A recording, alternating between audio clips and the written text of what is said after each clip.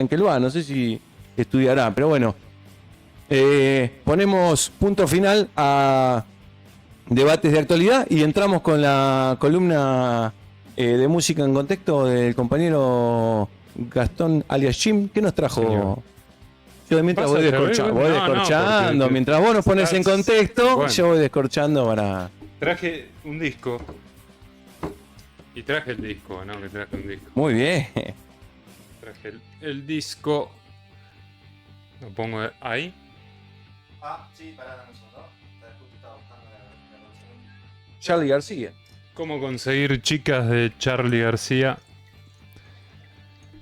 Y quise traer el disco primero porque lo tengo, el disco, y después porque es como que en la época en que sale es como el fin del disco. Y justo Charly es un amante del disco, del sonido del disco, de la fricción de la púa con el disco. Él dice que cuando sale el CD acá no es la lo producción mismo. ya no mangueó también. Entonces, bueno, ya que tenía la tapa del disco, lo quise traer. Un disco raro de Charly. Posterior a parte de la religión, en piano bar y clima moderno, anterior a filosofía barata y zapato de goma, que va a salir en el 90. Esto estamos hablando año, perdón. 89. 89. Año 89. Bueno, pasaban muchas cosas en el año 89. Charly estaba a pleno. El Charly de los bigotitos. Muy buen disco este. ¿Qué tema eligió? Lo vamos a escuchar. Fantasy. Lo vamos a escuchar al final, seguramente. Bueno. Bueno, lo podemos escuchar. ¿Lo puede poner de fondo? Ahora que se está tomando un whisky puede hacer cualquier cosa. Claro. Salud por su columna que cada vez tiene más adeptos. Por el programa Estamos Todos. Salud, productor. Esta columna exitosa que cada vez tiene más. Ahora me informa por Cucaracha, más de 2.500 personas mirando el programa. Increíble. Denle me gusta al vivo, por favor, y suscríbanse al canal y hagan todo lo deberes que tienen que hacer. Ahí está, sí. Va por un rato al menos. Que no sepan que tomamos whisky. Va a venir. Sí, nada. Bueno, el 89 ya la primavera alfonsinista, ya es otoño-invierno. Digamos, ya hubo varios planteos militares de los cara pintada. Primero va a ser Rico en el 87, va a volver a tomar Monte Casero en Corriente en el 88, después Seineldín. Los planteos básicamente eran el juicio a los militares que habían estado en delitos de lesa humanidad. Ellos querían, se sublevaban para parar ese proceso que venía llevando a cabo el radicalismo. Y bueno, eran aprietes que se le hacían al gobierno. Eso por un lado. Estaba lo de Semana Santa, muy recordado. La casa está en orden. Felices Pascua. ¿Se acuerda usted? Sí, cómo no. La casa está en orden. Bueno, ¿qué año fue eso? ¿Qué año fue 87, eso? Pero después va a haber otro en Villa Martelli. Cuando frena el levantamiento. Hubo muchos levantamientos militares de Alfonsín. Pero va a culminar en el 89 con lo que parecía un levantamiento cara pintada. Y no era un levantamiento cara pintada, sino era el MTP, Movimiento Todo por la Patria, que era un grupo de izquierda. Como a usted le gusta, un grupo zurdito. Me encantan los zurditos.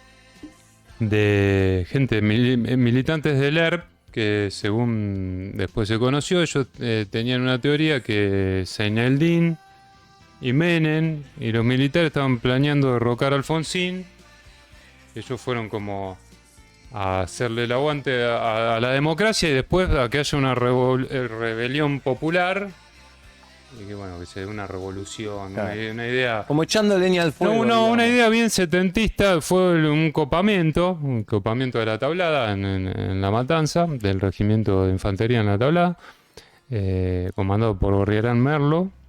Que después terminó mal, hubo 40 muertos, 33 de los guerrilleros, obvio, y se reprimió fuerte.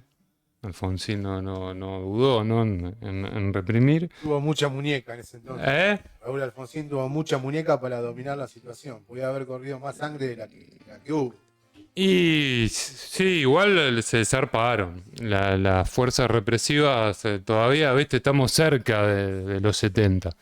Hubo tortura, se volvió un poco cuando Alfonsín llega ahí y ve a los tipos atados con alambre, torturado, todo, era una imagen que, según se dice, no le gustó mucho a Alfonsín. Hay una perlita, hay un tema. Los militares estaban muy vigentes, no eran los viejos que después se juzgaron en la época del kirchnerismo, eran los militantes, los militares muy activos. Y los militantes del ERP también eran todavía relativamente joven, gente que quedaba de esa época. O sea, la contienda era muy de los 70 a destiempo, digamos. A destiempo porque la gente no quería saber nada con eso. De hecho... Pero quedaron resabios de la dictadura en las fuerzas policiales sí, bueno, y militares. Sí, obvio. Decía el Indio Solari en un tema de Los Redondos, referido a la policía, llamado Drogocop, que decía: su chumbo ya venía con la bronca del factor argento desaparecedor. Claro. Como que quedó ese resabio de enseguida. Bueno, uno lo ha vivido, ¿no? En la época de los 90, te paraba la policía por la calle y ni siquiera te pedían documentos, te cagaban a palazo y te llevaban a tu casa. Bueno, era violento el accionar policial. Yo digo me refería a Alfonsín, ¿no? Que es para mí el más peronista de los radicales, el más... Coincido. Aparte un orador bárbaro, eso hay que decirlo, ¿no? Un tipo que... Esos tipos que tienen una oratoria como Cristina, a ese nivel. No sé si hay otros oradores así. Más allá de lo que uno después piense, era un tipo que opacaba a cualquier otro radical. O uno lo escucha a Alfonsín, escuchás a Milei y te querés... Más allá de lo que uno piense de Alfonsín, ¿no? Un tipo recontra preparado, recontra querido. Y la contracara de lo que era... Todos tenemos un buen recuerdo de Alfonsín, más allá del partido que nos guste. Bueno, después hay cosas para pegarle a Alfonsín, obviamente, como todo, pero pongámonos en ese momento, cuando gana Alfonsín... Es la figura de la democracia moderna. Lo votaron, lo votaron los peronistas también, obviamente, porque del otro lado era la contracara. La única forma era de acabar con el gobierno de facto. Luder y Herminio Iglesias, que se le ocurre a Herminio Iglesias en la campaña quemar un cajón con el escudo radical. La gente no quería saber más nada de todo ese quilombo. Y Alfonsín era otra cosa, proponía otra cosa. Y por eso te digo, creo que es el cuadro, el último gran cuadro que han tenido los radicales. Y bueno, pero más allá de eso, tuvo un montón de planteos de los militares, planteo de la CGT. Ubaldini le hizo 800.000 paros. Sí, señor. Él arranca también queriendo modificar los estatutos de los sindicatos con la ley Musi, quería democratizar los sindicatos. En esa oleada de democracia, bueno, vamos a que las minorías estén representadas en los sindicatos. Los sindicatos lo sacaron cagando, obvio, y los trabajadores, porque un sindicato no sé si quiere tener una minoría. ¿Usted cómo la ve esa? Un sindicato necesita la mayor fuerza. Sí, no, poder. por supuesto. Pero bueno, se puso de punta a la CGT y tenía a la CGT, a los militares, los peronistas que estaban rearmándose con el peronismo renovador. ¿Vio que la cosa se repite siempre? Había un movimiento que era el peronismo... No hay fórmulas mágicas. El peronismo renovador y estaba Cafiero. La fórmula mágica sería que un tipo se ponga a gobernar y le dé justicia social a los trabajadores que son el alma productiva del país. Los padres de la derrota, según los peronistas, que habían sido Herminio Iglesias, Luder, Lorenzo Miguel, todo ese peronismo ortodoxo viejo. Tanto y en cuanto el movimiento obrero. Entonces Cafiero lo que intenta hacer es lavarle la cara al peronismo. O sea, y en parte lo logra. Y era el candidato natural del peronismo, era Cafiero. En el 87 gana la provincia de Buenos Aires y estaría en la posición que está hoy Axel. Por eso retomamos lo del primer bloque, ¿no? Entonces Cafiero se siente fuerte con un espacio y como que va a ser Cafiero el próximo candidato del PJ. Alfonsín ya en retirada. Y le toca la interna con Menem. Menem venía de La Rioja. Cafiero medio que lo subestima en un primer momento, que sí, que qué sé yo. Él tenía las patillas, ese estilo Sí, Facundo Quiroga, muy ¿no? peludo Venía- llegó. y Después empieza, se fue afinando pero el aparte rostro. Menem fue un militante peronista de joven. Menem estaba en la juventud peronista del año 55. No fue tan peronista cuando Estuvo llegó al poder. preso. No, bueno, pero él venía de la política, digamos, no es Milei. Por Sí, eso sí, cuando sí, dicen, tal no, Milei, Menem, no, Milei. Menem tenía 30 años de militancia cuando llega, igual que... Menem es una muestra clara de que hay muchos que levantan la bandera de No, Perón para pero- llegar al poder y después Bueno, pero ahora vamos a gobiernan llegar a eso. de otra manera.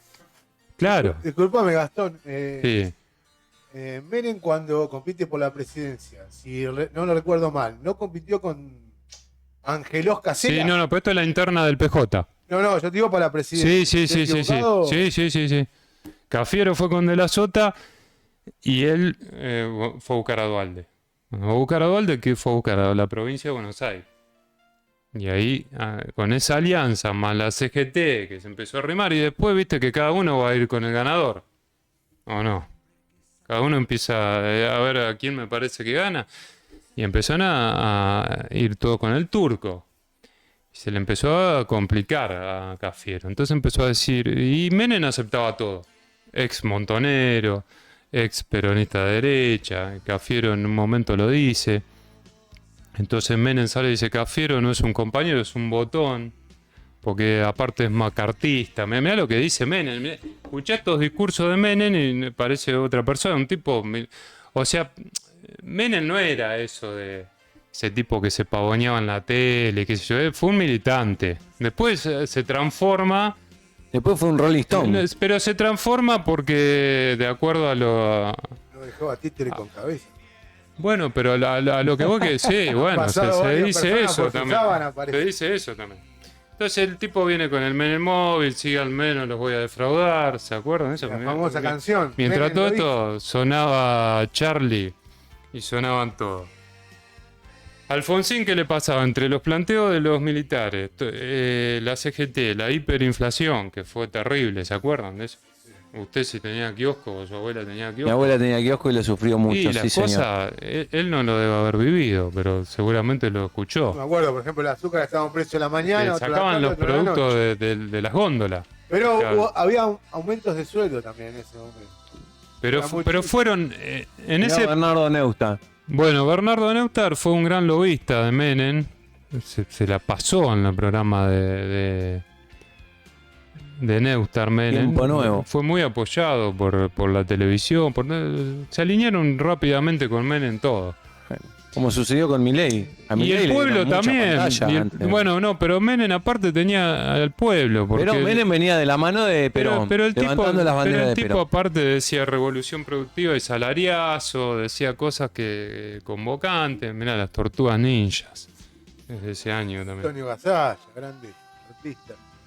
Bueno, entonces le gana la interna a Cafiero por el lado de los radicales, Angeló y Casella. Como dijo el señor Nicolás, que tiene razón. Bueno. Va a volver a ganar el peronismo con esa esperanza de que vuelve el peronismo.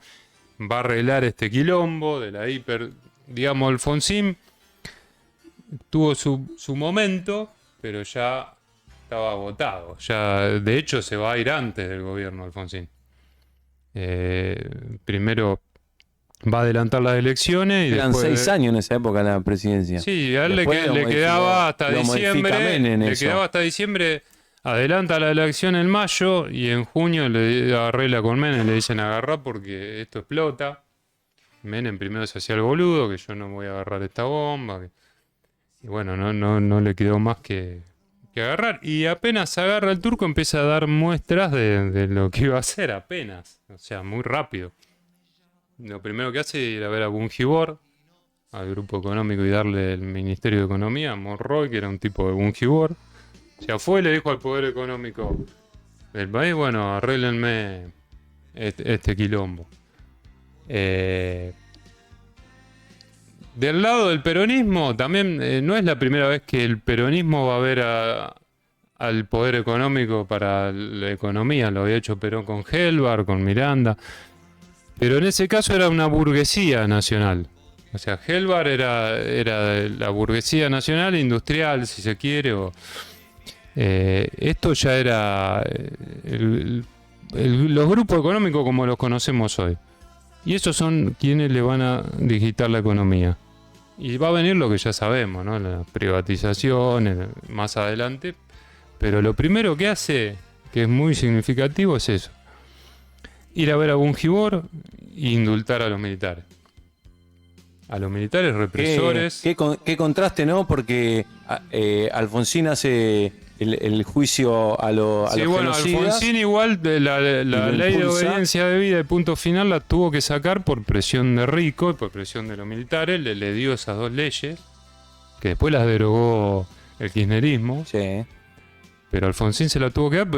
Es un momento diferente. Muchos dicen, Alfonsín se dio. No hubo un golpe de estado de pedo.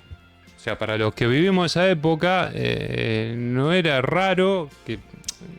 Era eminente que iba a haber un golpe de estado. Se zafó de pedo. Digamos, no es que... Yo digo, el contraste, ¿no? De que juzgan a las juntas militares del gobierno de facto en el gobierno de Alfonsín y en el gobierno de Menem indultan a las mismas personas. Porque a él también le le van a hacer un levantamiento también, y él quiere evitar ese quilombo, dice, me voy a sacar a los militares de encima y les da el indulto y la amnistía, y la dibuja un poco diciendo, bueno, voy a indultar también a los guerrilleros, digo, a la gente de Montonero, del Lerma, indulta a Firmenich, alguno más.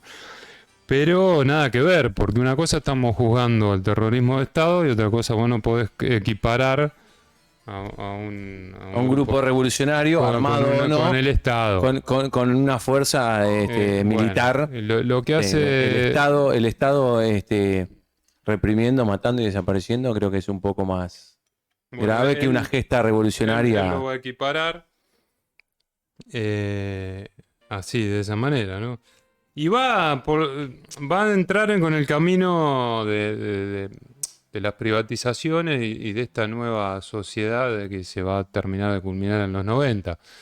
Va a caer el muro de Berlín también en el 89. O sea, este año, este disco, muchos discos hubo, no solo este disco. Estaban haciendo también el punk. No naciendo el punk, porque el punk existía, pero iba a haber como una explosión, Ataque 77, iba a haber... pero el siglo XX está... Los historiadores lo cortan en este año, en la caída del muro de Berlín y el fin de la historia, digamos, el fin del siglo XX, podríamos decir. La historia no terminó, pero se va a inaugurar una nueva etapa, se va a terminar ese mundo del que hablábamos hoy, que conocíamos, de los discos, de los cortes de luz, de Entel, y va a empezar a venir esto que... Empiezan a ser más comprados los cassettes. Él lo que hace él es boicotear, con Bernardo Neustadt, desde ese programa, boicotear todas las empresas estatales que funcionaban. ¿Qué es lo que se repite? O sea, lo mismo que dice Johnny Viale, del astillero, lo mismo, pero que Entel daba mal servicio, que Aerolínea, que bueno, el discurso era ese. Ayornarse al mundo, ayornarse a los tiempos. Qué mejor que un peronista, mirá lo que era, un peronista de pura cepa, querido y amado por el pueblo, para llevar a cabo todo lo contrario a lo que decía Perón. Pero bueno, eso también es el peronismo. Sí, no se puede negar que el peronismo... estuvo plagado de traidores. Sí. O no. O eso es peronismo también, ¿no? Yo... Ahí discrepo. Para mí, o sea... Bueno, pero decir que ir en contra del capitalismo, yo creo que... O sea, creo no, el propio Perón decía, combatir al capital no para destruirlo, sino para tenerlo como una herramienta del Estado, que a favor del Estado.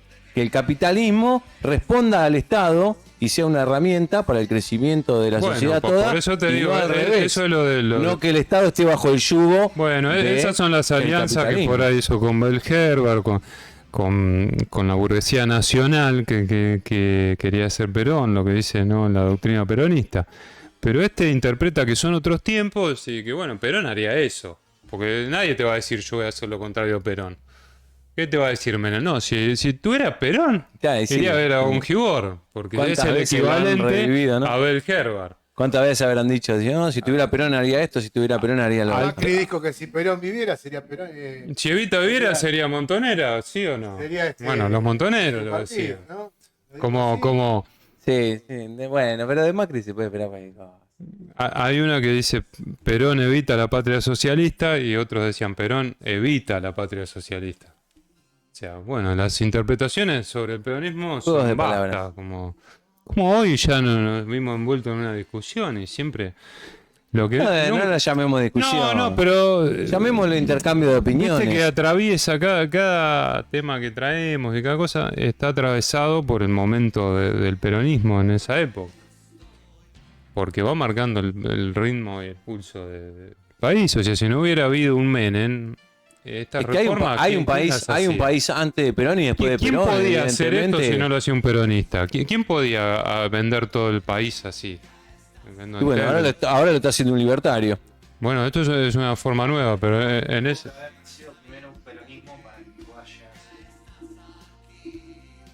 Escúchelo al joven. Escúchelo, señor, pues...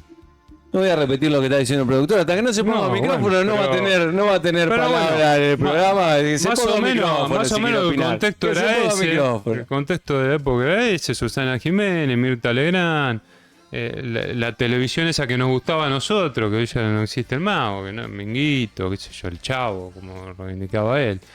Alberto Olmedo. En el fútbol, los campeonatos duraban un año y medio. Exactamente, campeonato largo, se jugaban todos los domingos. Campeón Independiente en ese año.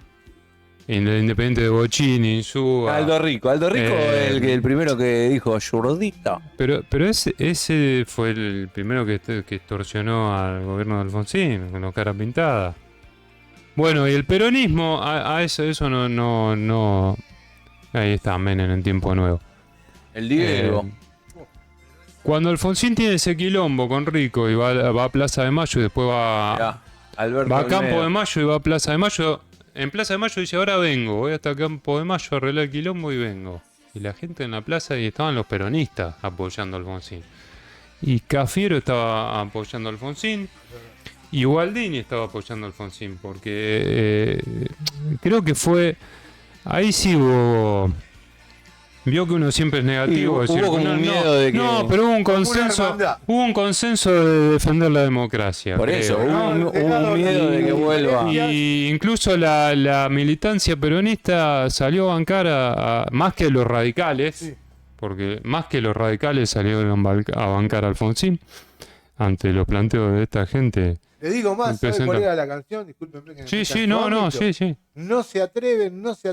Si se atreven, le quemamos los cuarteles. Mirá qué buena qué memoria.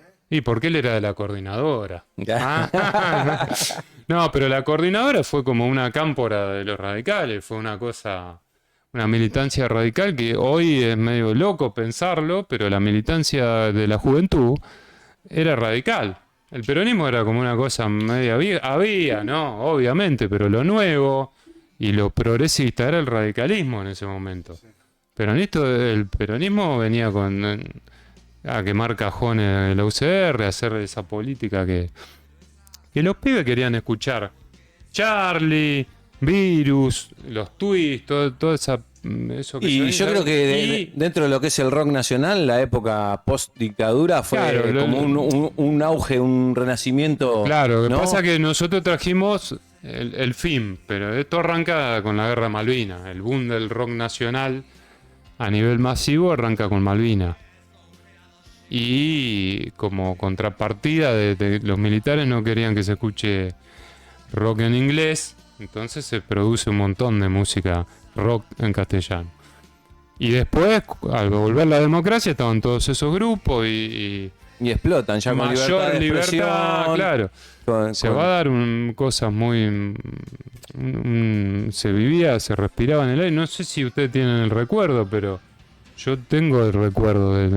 O sea, Argentina sale campeón en el 86, democracia, era como una fiesta. Siempre, Sí, el pueblo estaba contento. Siempre el laburante ganaba 2 mangos. Yo me acuerdo de viejo en Atillero. Pero el pueblo estaba contento porque se terminaba con había la como tiranía una cierta esperanza, como una esperanza de la caja PAM. Pero el 89 fue duro. De hecho hubo saqueo, hubo una gran conmoción social que va a terminar en eso, adelantando las elecciones, llamando a Menem. Un Alfonsín desgastado por completo. No le con quedó, todo lo que implica el tiempo de gobierno de Alfonsín sería desgastante para cualquiera. O sea, estaba en un lugar una en el que nadie quería estar. Sí. Que creo que bueno, rescatar eso, otras cosas que algunos dicen podría. Yo creo que nos perdimos, la verdad, honestamente, un gran político, un tipo muy inteligente como era Raúl Alfonsín. Lo que pasa es que hay que ver, hay muchas interpretaciones, muchas fuentes. Después él es parte del Pacto de Olivos también, que lo vamos a dejar para cuando tengamos un tema pero sin duda es la figura del radicalismo. La figura del radicalismo. Gran radical para mí. A pesar de... No, aparte uno lo escucha a Alfonsín y los discursos de Alfonsín, de hecho cuando se va a postular Angelos, le dicen a Alfonsín, vos no hables porque lo opacás totalmente. Claro. Angelos que decía en la Argentina, se puede. Se puede. Bueno, se cantaba mucha, una era Volveremos de la mano de Cafiero, ¿viste? Cafiero era la figura. Después aparece Menem con mucha habilidad. Y con mucha banca, ¿no? Yo creo que lo había arreglado antes con Mungibor y con todo eso lo que iba a hacer. Él después va a decir, si decía lo que iba a hacer no me votaba nadie. Pero yo creo que él tenía todo planeado. No es que lo fue llevando la situación, creo que... Pero bueno. Sí, señor. Si estamos diciendo que la historia se repite. Sí. Pregunta de la producción. La pregunta sea... Acá le dimos un vaso de whisky al productor. En este momento como si fuera Cafiero. ¿Quién podría ser el Menem? Buena pregunta. Sí. A ver, vamos a traducir lo que está diciendo porque le dimos whisky pero no le dimos micrófono. Sí. Acá el productor está diciendo, si Axel fuera Cafiero, ¿quién sería Menem? Bueno, pero... ¿Y quién sería? No, bueno, pero en ese momento no existía una figura como la de Cristina, creo. ¿No? Pero Cristina igual no está en una posición como para ser candidata. Hoy, con la coyuntura política de hoy, yo creo que no está en una posición para ser candidata o no, porque Perón no fue candidato cuando fue Cámpora, pero la figura de Perón era el líder indiscutido, no nadie se iba a atrever. A Cafiero le tocó las primeras elecciones de la segunda, digamos, que la primera fue la de Arminio Iglesias. El productor le hizo una pregunta. ¿Quién cree usted que podría opacar? No sé, por ahí aparece. Por ahí aparece alguno. Pero no está ya entre algunas Yo no filas. estoy seguro que el líder natural sea Axel. ¿O usted cree que sí? ¿El líder natural de su movimiento? Sí, lo creó la semana pasada. No, de su movimiento sí, pero el representante del peronismo o de... Yo creo que es uno de los más fuertes junto con la imagen de Cristina, obviamente. No, la imagen de Cristina es insoslayable.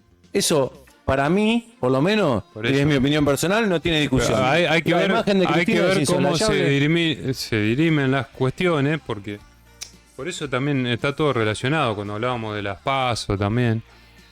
Porque después empieza a pesar el aparato.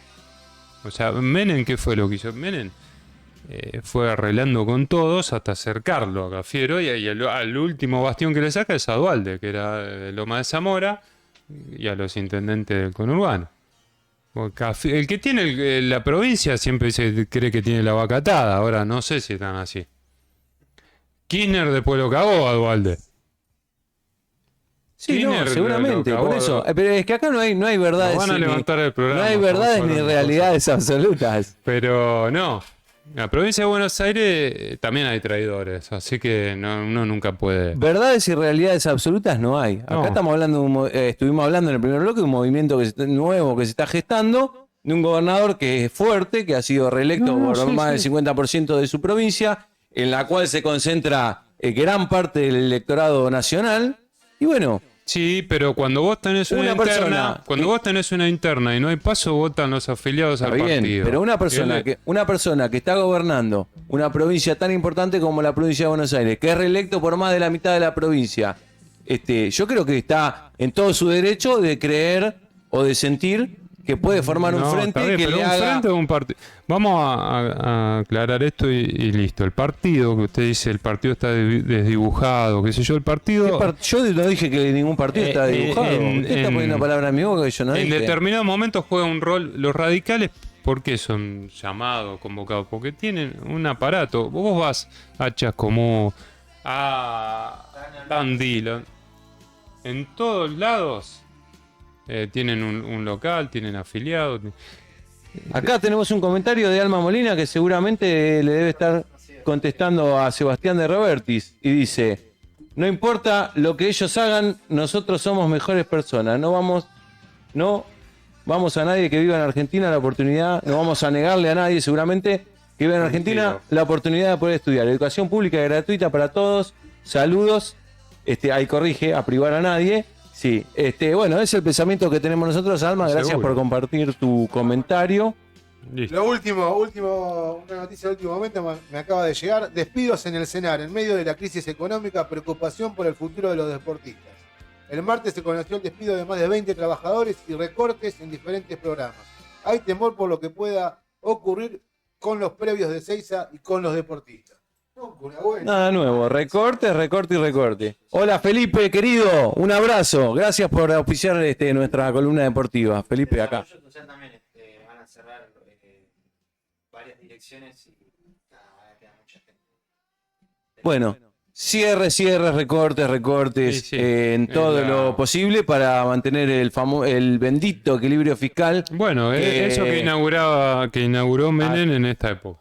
El Claro. déficit. Pero nosotros ¿qué es lo que espera cualquier argentino de bien?